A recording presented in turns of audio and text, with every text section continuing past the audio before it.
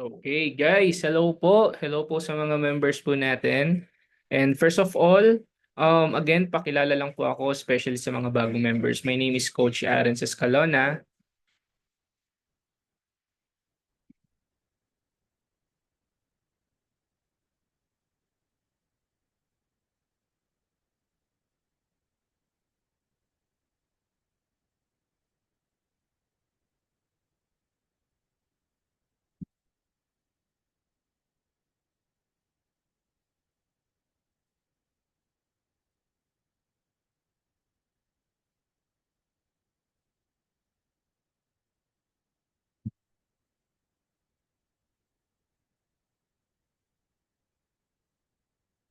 Okay, guys, hello po. Good morning and good evening. Depende kung saan mo napapanood tong training video na to. So, my topic for today is a Facebook marketing. So, before ako mag-start, gusto lang kitang i-remind na itong training na to, mag-work to kung may ballpen ka, kung may paper ka. So, hindi siya mag-work kung papakinggan mo lang ako over time. Mas maganda kung nagsusulan ka. So, prove ko na yan maraming beses sa lahat ng mga estudyante na naturuan kong kumita sa pag-insurance. One of the technique na ginagawa namin, hindi lang yung nakikinig, nagsusulat, may notes talaga. Okay? So, before mo to panoorin, make sure may notes and ballpen ka para mabasa-basa mo siya. Okay, dahil alam nyo sa ngayon, napakabilis pong ma-distract. Tama? Kaya one of the reason bakit may mga taong hindi kumikita sa insurance business is very simple. Number one, distracted. Number two, hindi talaga iniintindi yung training. Number three, hindi sila nagti-take time na aralin to. Kasi I always believe na pag pinanood mo tong video na to, hindi naman agad-agad gagaling ka, hindi naman agad-agad makakabenta ka, hindi agad-agad maiintindihan mo. So naniniwala pa rin ako dun sa sinasabi na pag paulit-ulit mong naririnig, paulit-ulit mong binabasa, or paulit-ulit mong sinusulat, mamememorize mo siya at dun ka gagaling. Lalo na pag lahat ng ituturo ko dito, gagawin mo. Alright, so yun lang yung pinaka-request ko. Kaya sana sundin mo kasi alam ko nag-invest ka ng pera sa company, alam kong nagtiwala ka sa akin, and ayokong dumating yung point na iisipin mo na nagkulang ako or sisisihin mo yung company ba't hindi ka kumita.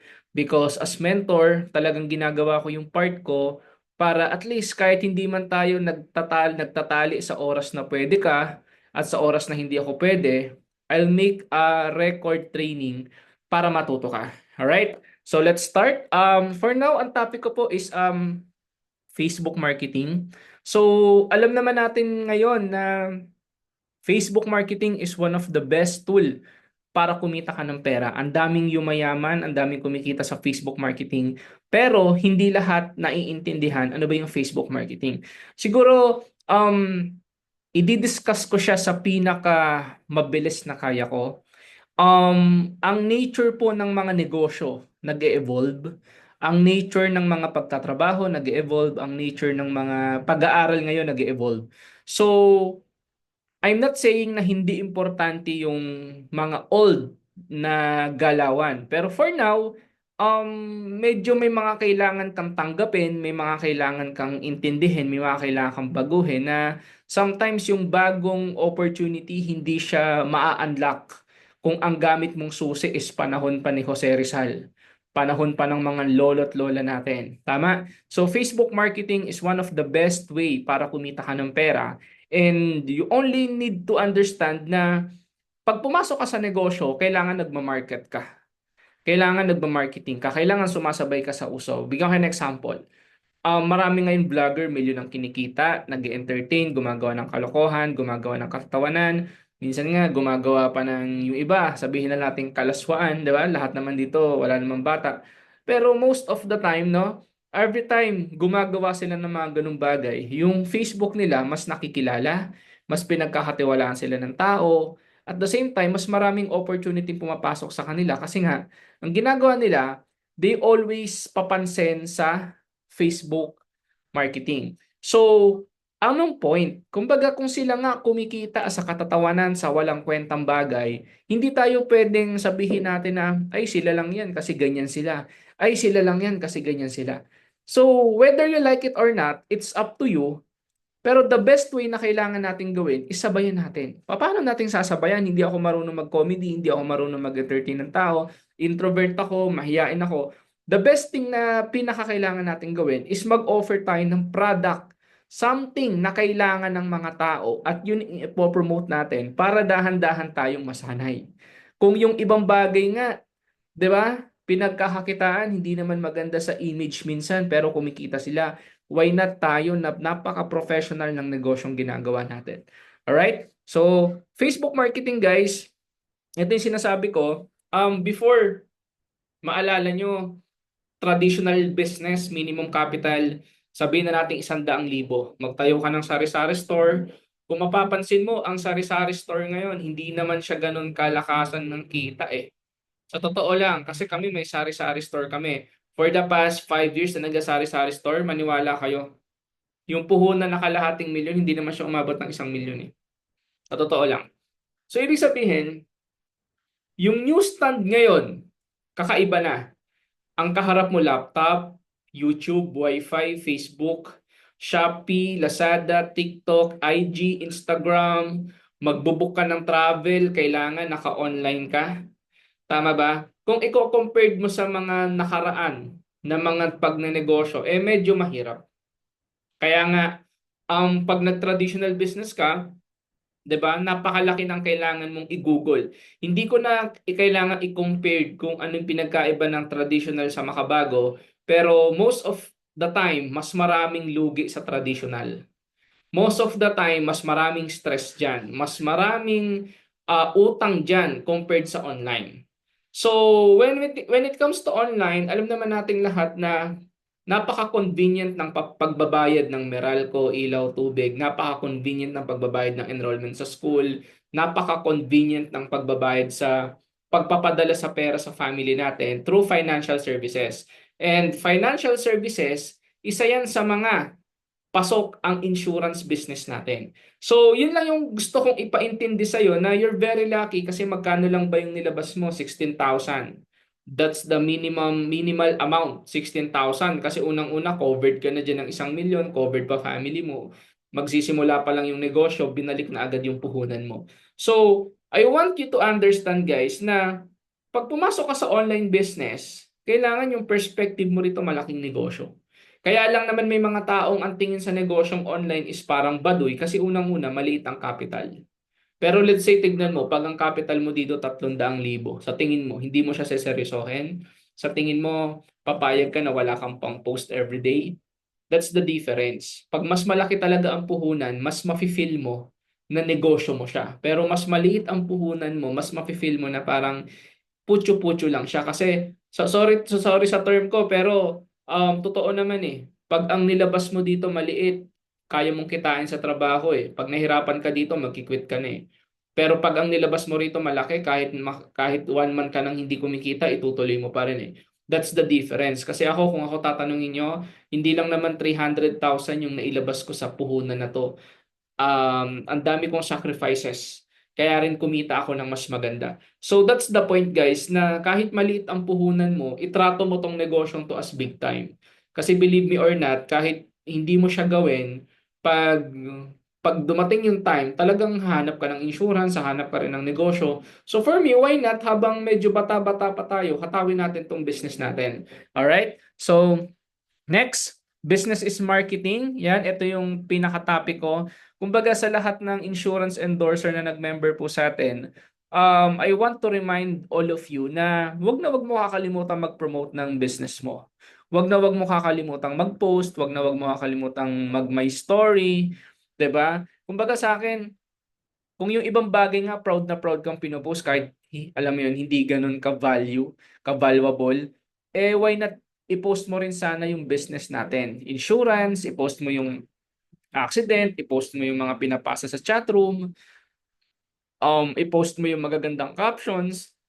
That's the only way for you to market your business. 'Di ba? Kaya hindi ka kumikita, kaya hindi ka nakikilala kasi sometimes tayo hindi natin pinapakita sa tao na nagma-market business tayo. That's the common mistake na ginagawa ng ibang estudyante na sumasali sa amin. Papasok sa insurance pero ayaw mag-post ng product. Pansinin mo yung iba. Pati ulam, menudo, spaghetti, lechon, adobo, pinupost sa online. So, bakit pag insurance business parang hirap na hirap tayong i-post? Why? So, tandaan nyo guys na magdedepende sa iniisip mo kung kikita ka dito or hindi. Kasi pag ang tingin mo sa negosyo natin maliit nga, pwedeng hindi mo siya seryosohin. Pag ang tingin mo dito walang sasali, pwedeng walang sumali talaga. So that's the point.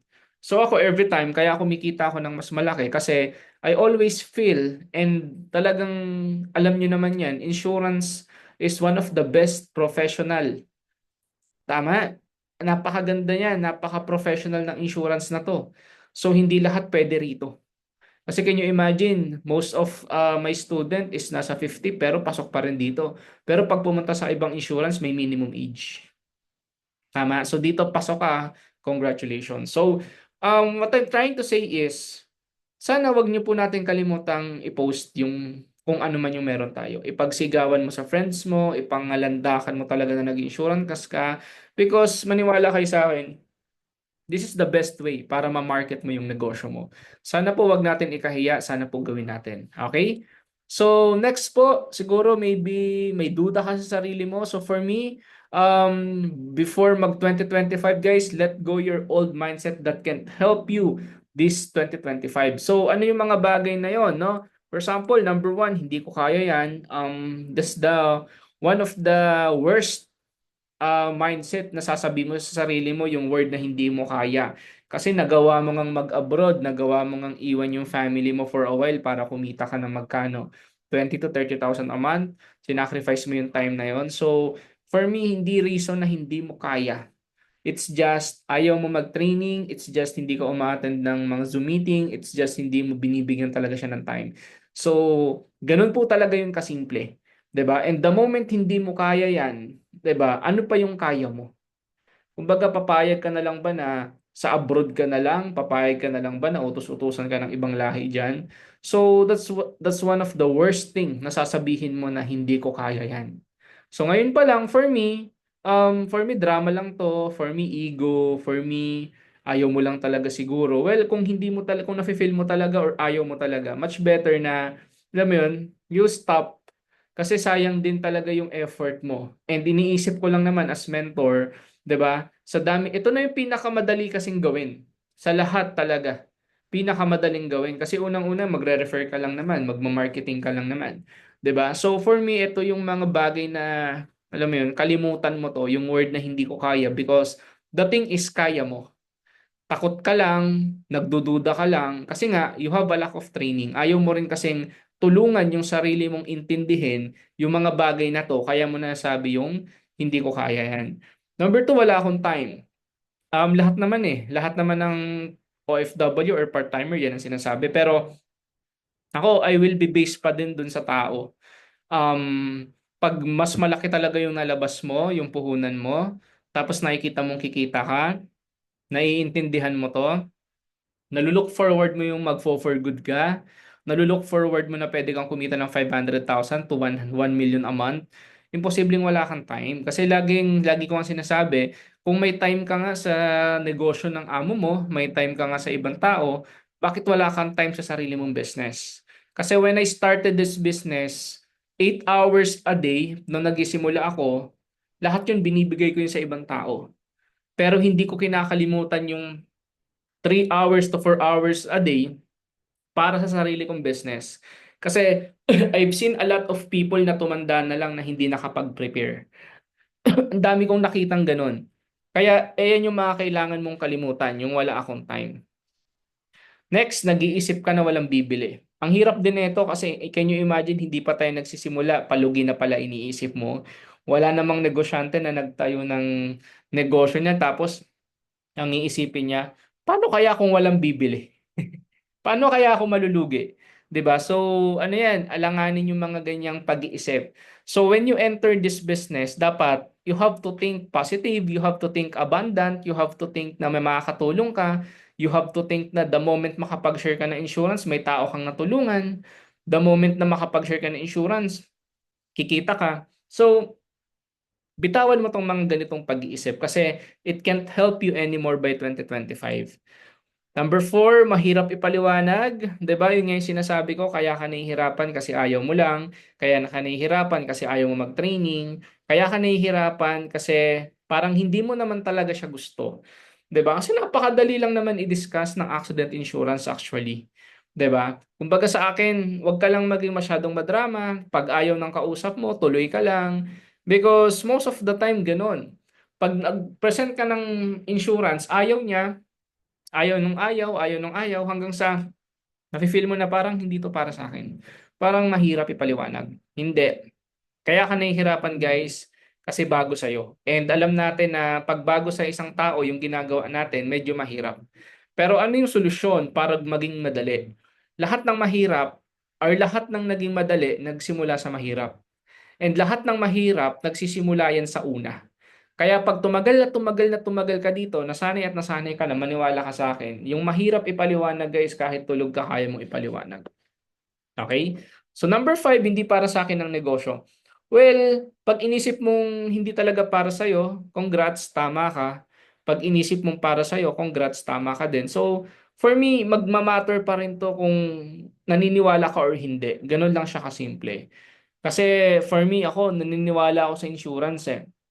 One of the best and in-demand business by 2025, insurance. Alam niyo kung bakit? Open na ang tao sa insurance, hindi na siya tinatago. Maraming nakakaalam na maganda ang insurance, kaya hindi ka mahihirapan.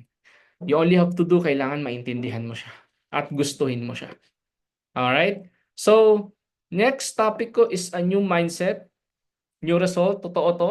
Pag bago ka mag-isip, bago resulta. Pero pag iniisip mo pa rin yung past, yung mga bagay or ginagawa mo, mga ganun pa rin, well, wala talagang bagong resulta. Sabi nga, di ba, if you want to change your life, you have to change your mind. You have to change your mind, you have to change your action, you have to think your thought. So, lahat yan mag-i-start sa'yo, hindi naman sa prospects mo, hindi naman sa kliyente mo, sa'yo muna. Kaya nga when you enter this business, dapat naniniwala ka, kaya mong kumita ng malaki dito. Tama ba? Kasi ang dami na pong napatunay, ang dami ko na rin kasamahang kumita ng malaki sa pag-insurance. So, tandaan nyo po yan, new mindset, new result. And gusto kong i-share to sa inyo kasi eto, napanood ko lang to and alam niyo yun, sobrang na-justify namin na totoo talaga to. Kung mapapansin nyo dito, meron ditong parang tatlong tao na nag-uusap, yung isa naman nasa gitna. That's called the middleman. Ang middleman, siya yung reason para mag-connect yung dalawang kliyente niya. Tama? So for now, ang pinakatrabaho mo dito is a middleman. Alright? Pag sinabing middleman guys, ganito siya kasimple. Ang trabaho mo, ikaw yung provider ng insurance. Tama? Ang trabaho ko naman, ako yung pinaka-expert sa insurance. So, ang gagawin mo na nasa gitna ka, kailangan i-connect mo ako dun sa kliyente mo. Bakit kailangan i-connect? Kasi minsan, ikaw as bago, hindi mo kabisado yung business mo. Pag hindi mo kabisado yung business mo, kung ano-anong sasabihin mo sa kliyente mo at pag mali-mali yung nasabi mo sa kliyente mo, magkakaroon tayo ng resulta na tinatawag na para ang hirap gawin, parang hindi para sa akin. Lahat ng negative papasok. Kaya for now, ang gawin mo, kung hindi mo pa kaya, pwedeng ako muna yung kumausap sa mga prospects mo. Pag nakausap ko yan, bumili, edi may kita ka. Ganun ka kasimple. Kaya for now, ang pinakagagawin mo lang naman dito, mag-marketing, mag-post sa Facebook, tapos maging middleman. Ako munang bahalang magpaliwanag sa mga kliyente mo. At pag sumali yung kliyente mo, dun ka kikita. Okay? So, bakit napakaganda ng ginagawa natin? I want you to understand this. Familiar po ba sa Grab? Can you imagine si Grab, one of the billion-dollar company ngayon? Kasi si Grab, tandaan nyo ang laki ng kinikita niya pero wala sang sariling brand ng sasakyan. Anong ginagawa niya? Naging middleman yung application. Lahat ng may kotse, lahat ng gustong mag-drive, lahat ng gustong kumita, papasok kay Grab. Tapos si Grab naman hahanap ng kliyente. At pag nag-meet sila, nag-sign sila ng contract, sino kumita? Si Grab. Kumita din yung tinulungan niya. Nas natulungan niya ng services yung isa pang kliyente. So technically, ikaw yung pinaka-middleman dito. Kaya gusto ko maging proud ka. Baka kasi iniisip mo middleman ka, mababa trabaho to, mababang negosyo to, hindi po. Marami pong kumikita sa middleman at ang puhunan mo lang po dyan yung produkto na meron po tayo. Eh magkano lang naman ang nilabas mo? 15,990. So meaning to say, ikaw talaga yung middleman ng insurance. Ako yung kakausap at hahanap ka ng kliyente mo. Are we clear? Okay.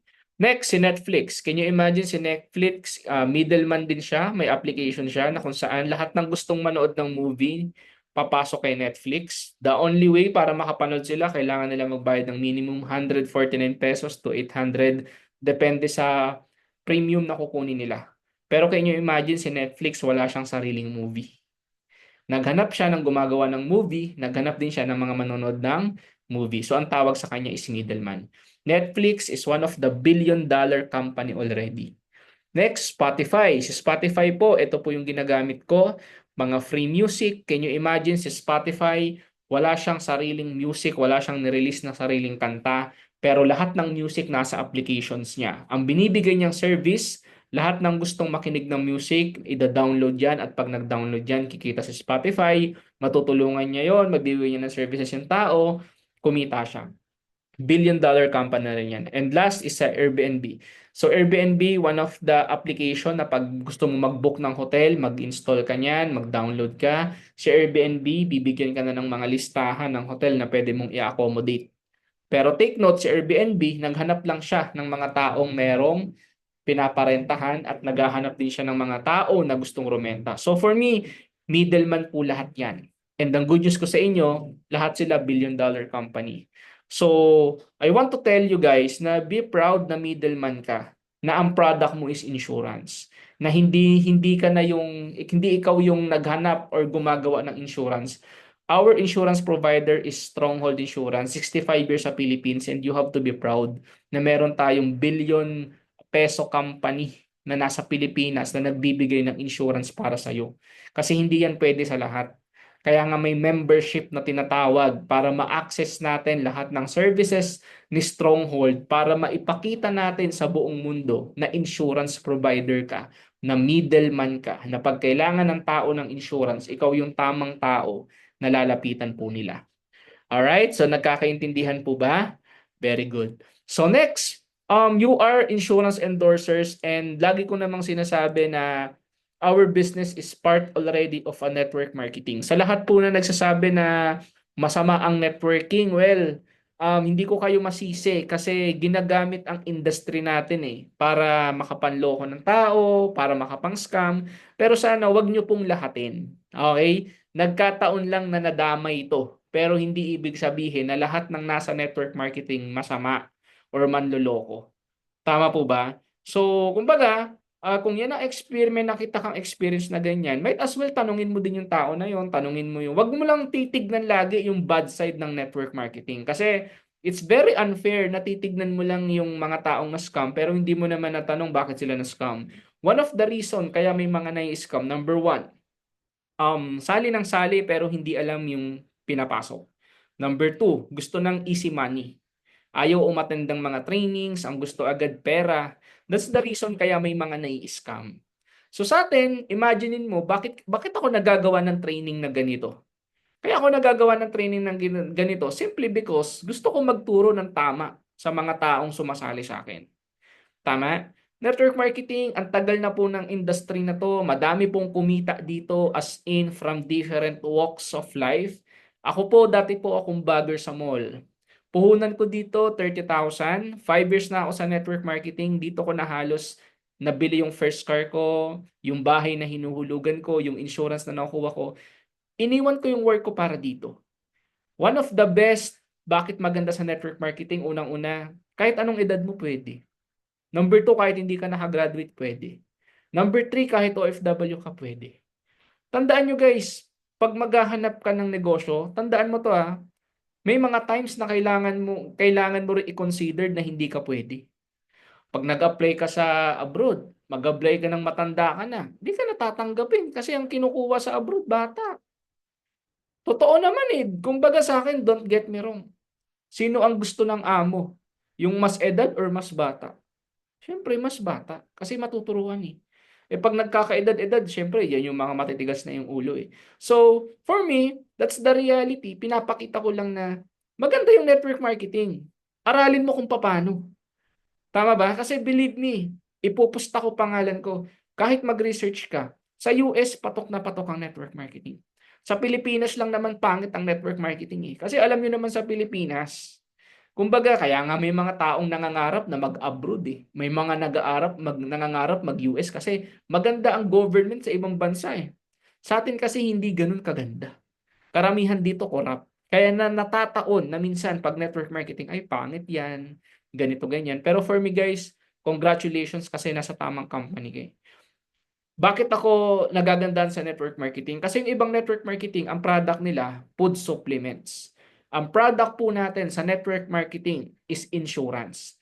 Pag sinabing insurance guys, digital marketing insurance, market mo yung nasa Kuwait, market mo yung nasa Dubai, market mo yung nasa Asia, Singapore, Hong Kong, Macau, Maldives, Vietnam, Thailand. Market mo yan. Market mo yung mga nasa first world country, America, Europe, market mo yan lahat. Kasi ang product natin is digital insurance. Pag nagpa-insured sila, basta Pilipino yan, pwede kang kumita dyan. Paano mo gagawin? Network marketing, ima-market mo yung product natin sa Facebook, ipopost mo ng ipopost yan hanggang sa makakuha ka ng mga tamang market. Pag nakakuha ka ng mga tao na dyan, that's the pinakamagandang mangyayari kasi sa'yo. Kasi imaginein mo kahit nasa Qatar ka or nasa Dubai ka, pero lumaki yung insurance mo sa Kuwait, lumaki yung insurance mo sa Singapore, technically wala ka naman dun eh. Pero dahil digital marketing tayo, nagbebenta sila, nag-aahente sila, tuloy-tuloy po yung kinikita mo. Yan yung kinagandahan ng network marketing. And babalik ako lagi sa magkano lang ba nilabas mo? 16,000? Pero nakakapag-expand ka sa iba't ibang mundo. Kumikita ka kahit nasa isang country ka lang. Like for example sa akin, nasa Pilipinas ako right now. Meron akong grupo sa Bulacan, sa Valenzuela, sa Quezon City. Meron ako sa Dubai, meron ako sa Hong Kong, meron ako sa Singapore, meron ako sa Kuwait. Can you imagine? Alam mo yung grupo ko na yan, magbenta lang yan ng tagi-isang insurance, kikita na ako ng 30 mil. Hiwalay pa kung magpapasali sila. Yun yung kinagandahan ng network marketing kasi pag may mga tao ka, ang tawag ko dyan is sub-agent. Pag may mga tao ka na nagbebenta sa ilalim mo, kumikita ka, papasok yan sa account mo. And uulitin ko, ano yung product natin? Insurance. Digital insurance. Ibig sabihin, pag sinabing digital, wala siyang hinahawakang produkto. Hindi ka magpapadala ng product sa DHL, sa AMS, or kung saan-saan. Digital insurance. Nagets niyo ba? Company na bahalang mag-provide niyan sa through email. So, ganun ko nakita na, oh nga, no, ang ganda ng network marketing business. 'Di ba? So, insurance yung produkto natin. And pag insurance kasi yung inaalok mo, professional talaga eh. Kailangan mo lang mag-aral. Syempre, aralin mo pa paano magpaliwanag ng insurance. Okay? So, next, bakit maganda? Of course, sinabi ko na to, the moment you to become part of this business, insurance commerce, sa pagbebenta-benta, pwede kang kumita ng 1,000 to 1,600 per head. For example, may bumiling 5 tao, kinuha nila yung 500,000 coverage, meron kang 5,000. Tama? So, i-discuss mo lang yun, mabilis lang yun, 5 minutes, tapos ka na magpaliwanag. Yun yung pagbebenta-benta.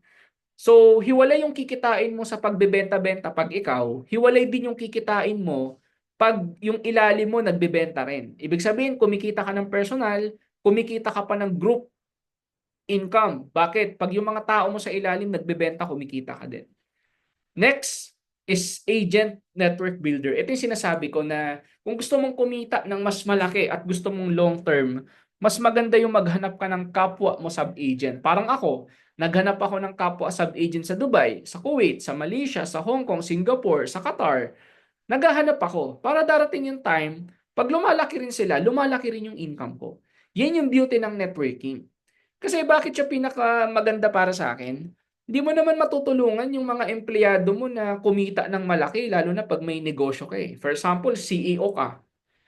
Paano mo tutulungan kumita ng malaki yung mga empleyado mo? Hindi mo sila pwedeng turuan kasi pwedeng nakawin ng empleyado mo yung sistema mo sa company.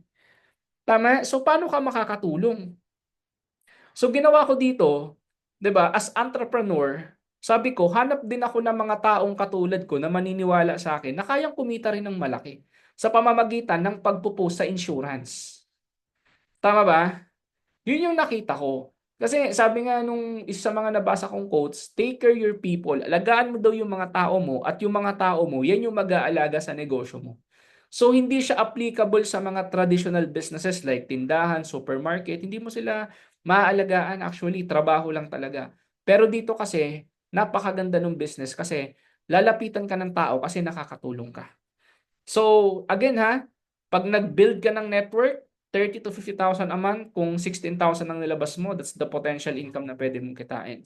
So, ganito lang naman yung network marketing eh. For example, di ba, nakapag-invite ka ng 2 tao. Kada tao kasi 3,000 ang kikitain mo. So, kumita ka ng 3,000, kumita ka ng 3,000, kasi dalawa yan, so ang total 6,000. Pag may pairing pa yan guys, dahil dalawa yan, may additional ka pang 1,800. So, magkano ang kinita mo? Ang total income mo is 6,800 pesos. So, the best thing na kailangan mong gawin, maghanap ka lang muna for now dalawa. Dalawang sub-agent na gusto rin yung ginagawa mo. Mahirap kasi kung hahanapin natin yung hindi gusto. Tama? So, bakit maganda ang network marketing industry? Kasi pag yung mga tao mo kumita, kikita ka. Sabi nga nila, kung gusto mong makatulong sa ibang tao, mag-network marketing ka kasi pag yung mga tao mo kumita, automatic ikaw kikita ka eh. So bago ako kumita, kailangan turuan ko kayong kumita lahat para lahat tayo kumikita. Yun yung nakita ko. Compared mo naman sa labas, sino ang taong tutulong sa'yo para kumita ka ng part-time? 'Di ba? Sabihin mo sa amo mo magpa-part-time ka. Tanggalin ka pa niyan kasi or pagbawalan ka kasi may ginagawa ka palang iba, hindi ka magfo-focus sa trabaho. Kasi syempre, pag umalis ka sa trabaho ng amo mo, affected yung company nila. Gets nyo ako? Kaya ang pinakamagandang part-time is yung pag-insurance business. So, fast forward natin. Etong 2 tao mo, ginawa nila tong business for 1 year. Siyempre, hindi ko sinasabing pag pumasok ka, mayaman ka na. Siyempre, ako, doon ako lagi sa 1 year, 2 years para, alam mo yon, maganda talaga yung presentations para at least hindi ako nagsasabi ng hype-hype, di ba? Kasi ako, nahit ko yung 1 million ko, 2 taon ako dito. Okay? So, paano mangyayari yan? Itong mangyayari yan. For example, yung 2 mong tao, kumita yan yung una mong taong ahente, kumita ng 500,000. Yung kabila mo, kumita din ng 500,000. So, technically, ang magiging computations niyan, magkano ang kikitain mo? Ang kikitain mo dyan is 1 million pesos. So, sana po na susundan. So, ganyan po yung pinaka-computation po niyan. Okay? So, kumita yung tao mong 500,000, yung isa 500,000, automatic may 1 million ka. Pwede na. Parehas kayong masaya. Tama? Yun yung nangyayari sa akin kaya kumikita ako kasi yung mga ilalim ko kumikita din. 'Di ba? So sa trabaho hindi mo yun kikitain actually, mahirap. Pero kung may part-time business ka, napakaganda. Okay? So total income mo is 1 million pesos, napakaganda niyan. So again guys, ang product natin is a digital insurance. Napakaganda ng product natin, ha? Sana maging proud kayo na yan ang ino-offer natin. So, bakit magandang insurance? Siyempre, napaka-essential for security, for safety, coverage, protection, confidence, peace of mind, health. Yun yung ino-offer nating financial services. Hindi tayo nag-o-offer dito ng kung ano-anong mga paninda. Ang ino-offer natin dito is insurance. Alright? So, next. You are marketing millions of people. Naniniwala ako doon na, alam mo yun, lahat ng tao market mo. Yung mga tao na yan, naghahanap sila ng tamang tao na magpapaliwanag sila. Yung ibang tao kaya walang insurance kasi hindi nila alam, kasi hindi naman sila aware. Kasi walang tao na nagpaliwanag, walang taong naglakas ng loob na ipaintindi sa kanila yung insurance. So one of our goal is tayo yung magpaliwanag sa mga taong yan para makita nila kung gaano kaganda yung insurance na ginagawa natin. Kung gaano kaganda na matutulungan pala sila neto. Hindi lang sila kung hindi yung kamag-anakan, kapamilya, mga apo, 'di ba? Yun yung power ng word of mouth or referral. Pag may natulungan kang tao na ma-insured, pwedeng magkwento yan sa kamag-anakan niya. Pag dumami ng dumami yan, kanino ba tatakbo yan sa'yo? So the more na nakakatulong ka, the more na kumikita ka, the more na nagpapaliwanag ka, the more na marami kang sinishare ng ganitong klase ng opportunity, the more na yung pera, automatic na yan, nalalaglag na lang yan sa bulsa mo. Kumbaga, Si Lord na yung gagawa ng way para i-bless ka ng i-bless. Kasi ang ino-offer mo is something na makakatulong dun sa tao. Something na pakikinabangan niya pag nawala siya. Something na pakikinabangan ng mga maiiwan niya. Something na kailangan niya pag wala siyang ipon. So that's the beauty of insurance. Kaya you are marketing millions of people. Kung market natin milyon, ibig sabihin sa insurance, kaya rin natin kumita ng billion. So you only have to do magsipag, trabahuhin lang natin, aralin natin, mag-post lang tayo, mag-marketing tayo. Nasa sa atin pa rin guys kung paano natin dadalhin yung negosyo natin. Alright? So imaginein mo to guys, no? 22 years old is already a client. Kliyente natin yan kasi sa mga bata, pag kumuha sila ng insurance, mas bata, mas mura. 'Di ba? So, mas malaki rin yung investment na pwede nilang kunin along the way. So, 30 years already, 'di ba? Kasama 'yan. Ito yung mga ako, 30 na kasi ako eh. Ito yung mga pag inoferan mo ng insurance, madalas diyan yes ang sagot. So, i-discuss mo lang kung anong insurance ang para sa kanila. Dahil for now, ang inaalok lang naman natin for now is accident insurance is mas okay din. Kumbaga, hindi naman na tayo tumitingin sa age. Pero along the way, pag nagkaroon tayo ng mga health or retirement plan, ito yung mga sinasabi ko na 22 hanggang mag-50 market mo. So, hindi ka mauubusan ng kliyente, hindi ka mauubusan ng customer. Wala. Ano to, hindi to nasa-saturate. Kasi tandaan nyo, insurance is asset already. Part na to ng buhay ng tao. And most of the time sa online, marami ng tao open-minded sa insurance. Kaya hindi na ganun kahirap magbenta ng insurance. Siguro nung panahon ng mga magulang natin, madugo talaga yung pagbebenta ng insurance. Pero sa panahon natin ngayon, dahil ang dami ng resources, lagi na yan tinuturo na kung wala kang ipon, kuha ng insurance. Kung breadwinner ka, kuha ng insurance para something happen to you, may iwan sa family mo. Single mom ka, mas kailangan mo ng insurance, and so on and so forth. Ang dami nang nagtuturo para makakuha ng insurance. Tayo, magma-marketing lang tayo, ima-maximize lang natin kung paano natin maibebenta yung insurance natin. So, I hope guys na nasusundan po ako. So, ayun. And next, ano pa? Middleman, the best deals are made in the middle. Well, eto guys, I want you to be proud na, alam mo yun, hindi ka lang naman insurance endorser, middleman ka. Maraming kumikita sa pagni-middleman. Ito na yung pinakabago na pinakamagandang way para kumita ka ng mas malaki is yung maging middleman ka. Kaya maraming nag-aahente, ahente ng real estate, ahente ng bahay, ahente ng insurance. Marami guys, sobrang dami. The best, maraming kumikita ng malaki dito sa pagni-middleman. And congratulations kasi you're one of the chosen. 'Di ba? Isa ka sa mga pinili na maging middleman ng team ko. And kahit ako, yun din yung tingin ko sa sarili ko. So, pagtulungan natin, sa 5 years na experience ko sa network marketing, dami kong nakuha dito. And papasok tayo sa era ng pag-insurance. And very excited ako sa mga susunod na result ko. Para may idea kayo, one of our goal next year is syempre, alam ko naman na kayang-kayan kumita minimum 5 million to 10 million a year. Kayang-kaya yon. Kailangan lang naman natin talagang sipagan, ipagdasal, and connections natin, kailangan maganda, kailangan nagkakaintindihan tayo. And tulungan tayo guys, kasi hindi ko kikitain yung 10 million na yun kung wala akong tutulungan sa ilalim ko. Kaya ngayon pa lang, maraming salamat sa pagtitiwala sa akin. And dahil nga sa laki ng pangarap ko, kayo yung nakikita ko na kailangan kong tulungan para makuha nyo yung pangarap nyo, makuha ko rin sa akin. So, tulungan tayo. And sa 2025, mas marami tayong matututunan, mas marami tayong may experience, mas marami tayong blessing na marireceive. And 2025 is one of our year. Kaya sama-sama tayo, sipagan natin. Ang grupo natin, Focus Achievers, asahan nyo yan by next year. Maraming blessing na darating sa atin. And excited na ako dyan. Kaya again, congrats and happy level up, guys. Bye-bye!